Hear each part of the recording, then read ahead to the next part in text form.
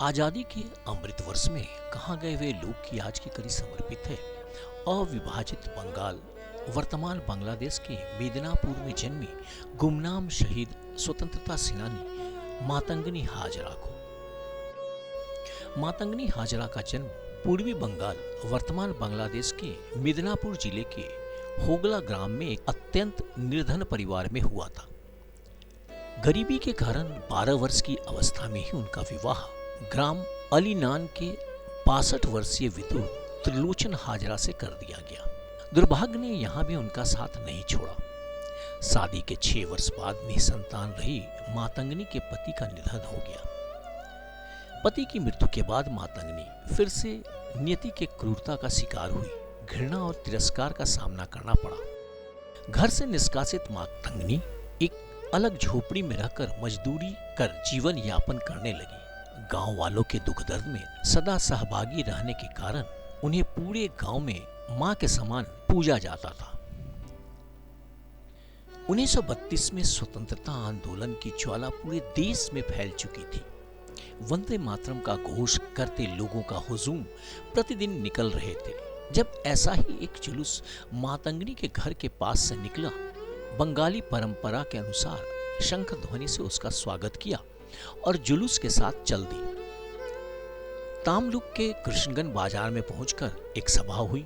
वहां मातंगनी ने सबके साथ स्वतंत्रता संग्राम में तन मन धन से संघर्ष करने की शपथ ली। मातंगी के सिर पर स्वाधीनता का नशा सवार हो गया। 17 जनवरी 1933 को करबंदी आंदोलन को दबाने के लिए बंगाल के तत्कालीन गवर्नर एंडरसन तामलुक आए तो उनके विरोध में प्रदर्शन हुए। मातंगनी हाजरा प्रदर्शनकारियों में सबसे आगे काला झंडा लिए डटी थी।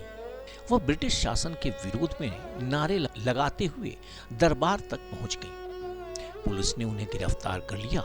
6 माह का सश्रम कारावास देकर मुर्शिदाबाद जेल में बंद कर दिया। 1935 में आए भीषण बाढ़ के कारण तामलुक का बहुत बड़ा क्षेत्र हैजा और चेचक की चपेट में आ गया। मातंगनी अपनी जान की चिंता किए बगैर राहत कार्य में जुट गई। 1942 में जब भारत छोड़ो आंदोलन ने जोर पकड़ा तो मातंगनी उसमें कूद पड़ी। 8 सितंबर को तामलुक में हुए एक प्रदर्शन में पुलिस की गोली से 3 स्वतंत्रता सेनानी मारे गए। लोगों ने इसके विरोध में 29 सितंबर को और भी बड़ी रैली निकालने का निश्चय किया।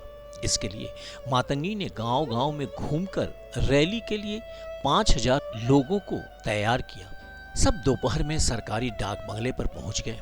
तभी पुलिस की बंदूकें गरजने लगी। मातंगनी एक चबूतरे पर खड़ी होकर नारे लगवा रही थी। एक गोली उनके बाएं कंधे में लगी। उन्होंने झंडे को गिरने से पहले ही दूसरे हाथ में ले लिया। तभी दूसरी गोली उनके दाहिने हाथ में लगी और तीसरी उनके माथे पर लगी। मातंगनी का मृतदेह वहीं लुढ़क गया।